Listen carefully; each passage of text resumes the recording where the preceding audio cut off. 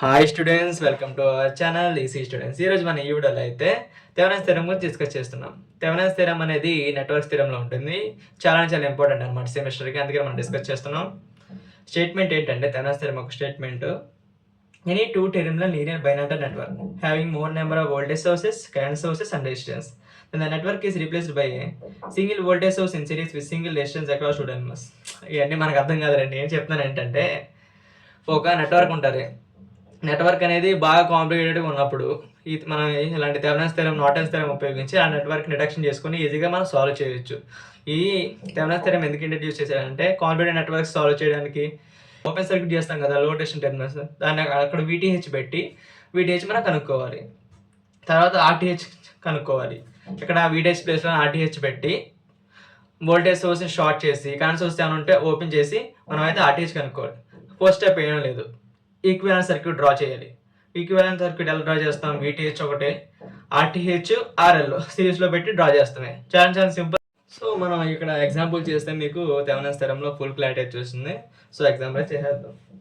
మనం ఇక్కడ Thevenin's theorem ఉపయోగించి ఇక్కడ లోడ్ రెసిస్టెన్స్ ఎంత, ఇక్కడ 2 ohms.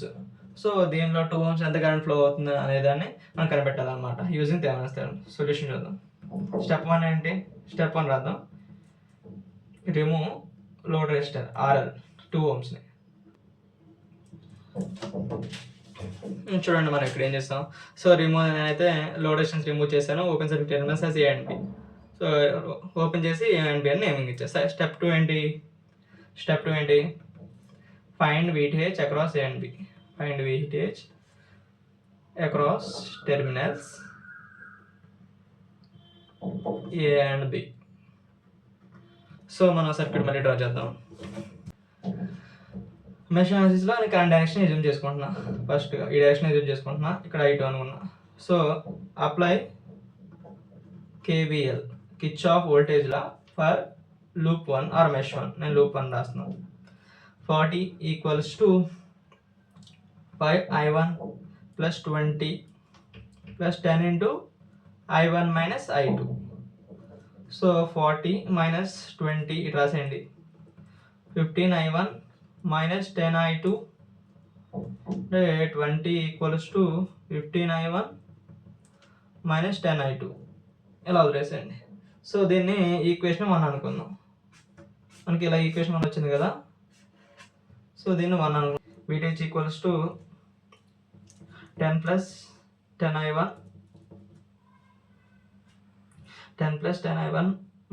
10I2 = 0. సో దీన్ని నేను ఈక్వేషన్ 2 అనుకుంటున్నా. Plus 10I1 - 10I2. So solving 1 and 2 చేద్దాం. ఇక్కడ చూడండి 20. ఇక్కడ VTH ఎలా చేయాలి చూసుకోండి ఒకసారి. సో ఇక్కడ ఉన్నాం కదా, ఈ VTH పక్కన ఉంచేసేయండి. సో ఇట్లా వచ్చేసినాయి. సో ఇక్కడ I1 వాల్యూ ఎంత అండి? ఇక్కడ I1 వాల్యూ -10. ఇక్కడ చూసుకోండి ఒకసారి. చూడండి -10. VTH పక్కన ఉంచండి. I1 value -10. I2 వాల్యూ ఎంత? 10. I2 value 10. సో కాన్స్టెంట్ అంతా ఇది కూడా 10. సో మొత్తం అన్ని ఐడెంటిఫై చేశారు. ఇక్కడ మీరు క్యాలిక్యులేట్ చేసేటప్పుడు VTH ఇక్కడ పక్కన పెట్టేసి ఇది పక్కన ఉంచేసుకోండి. మిగతా ఇక్కడ I1 I2 వాల్యూస్ ఉన్నాయి కదా. సో ఇది VTH కాన్స్టెంట్ పక్కన ఉంచేసుకొని క్లోజ్ చేసాను ఒక ఫింగర్తో. So I1 I2 values constant enter చేసేసి సాల్వ్ చేయండి. సాల్వ్ చేస్తే మనకి ఎంత వస్తుందంటే, చూడండి సాల్వ్ చేశాను. సో మనకి I1 వాల్యూ అయితే 6 వచ్చింది, I2 వాల్యూ 7 వచ్చింది. గుర్తుపెట్టుకోండి. మామూలుగా ఇక్కడ దాకా మెష్ ఈక్వేషన్ రాస్తారు. రాసిన తర్వాత VTH ఇక్కడ ఇది 1 ఫింగర్తో మూసేసుకొని I1 I2 కాన్స్టెంట్ ఉంది. ఇక్కడ కూడా I1 I2 కాన్స్టెంట్ ఉంది. సో I1 I2 ఒక ఆర్డర్లో వెళ్ళి ఈ వాల్యూస్ ఎంటర్ చేసి మనం మోడ్ సెటప్ ఆన్ చేసుకొని మనం క్యాలిక్యులేటర్లో క్యాలిక్యులేట్ చేయండి ఖచ్చితంగా. అప్పుడు ఏమొస్తుంది? మనకి I1 వాల్యూ 6 amperes వస్తుంది, I2 వాల్యూ 7 amperes వస్తుంది. నాకు ఈ కేసులో, మీరు ఇంకా వేరే నెట్వర్క్ ఇచ్చినప్పుడు అలా వస్తుంది. అర్థమైంది కదా? గుర్తుపెట్టుకోండి ఇది. సో మనకి I1 I2 వాల్యూస్ వచ్చేసినాయి. సో I1 I2 వాల్యూస్ వచ్చినాయి కదా. ఇప్పుడు VTH ఎంత మనకి? -60 + 70. VTH ఎంత మనకి? 20 volts వస్తుంది. VTH = 20 volts. అర్థమైందా? VTH మనకి 20 volts వస్తుంది. చాలా సింపుల్ అండి, ఇది నేర్చుకోవడం చాలా ఈజీగా చేసేయచ్చు కూడా. సో VTH మనకి ఎంత? 20 వచ్చేసింది. మనం అప్పుడు ఏం చేస్తున్నాం? Find RTH across it. Find step 3 ఏంటంటే find RTH by deactivating the sources by deactivating 10 ohms. So ఈ రెండు ఎలా ఉన్నాయి, RTH ఈక్వల్స్ టు చూడండి ఈ రెండు ఎలా ఉన్నాయి, ప్యారలల్గా ఉన్నాయి, 5 ohms 10 ohms. So 5 parallel to 10 ohms. మనకి ఫార్ములా తెలుసు కదా, R1 into R2 by R1 plus R2, అది 50/15 అంటే ఎంత వస్తుంది మనకి 3.33 ohms అయితే వస్తుంది. స్టెప్ 4 ఏంటంటే, step 4 draw equivalent circuit with RTH, VTH, RL. Draw equivalent circuit. Equivalent circuit ఎలా డ్రా చేస్తాం చూడండి. VTH పెడతాం, ఇక్కడంతా RTH, load resistance RL. Positive negative ఇక్కడ అంటే VTH, ఇక్కడ RTH, ఇక్కడ RL లోడ్ రెసిస్టెన్స్, ఇక్కడ IL కరెంట్. సో మనం ఏమడుగుతున్నాడు ఇక్కడ, RL ఎంత అండి, ఇక్కడ చూడండి, ఇక్కడ RL ఎంత, VTH మనకు వచ్చింది, ఎంత వచ్చింది మనకి, VTH 20 volts వచ్చింది, RTH 3.33, ఇదంతా 2 ohms అని తెలుసు లోడ్ రెసిస్టర్. అడిగింది అదే, దాంట్లో ఫ్లో అయ్యే కరెంట్ అనేది అడిగింది, ఇది 2 ohms, ఇది ఇక్కడంతా 3.33 ohms.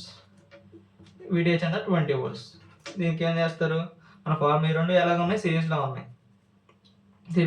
ఫస్ట్ మనకి IL అంతా లోడ్ కరెంట్, ఫార్ములా V/R అంటే VTH by RTH plus RL formula.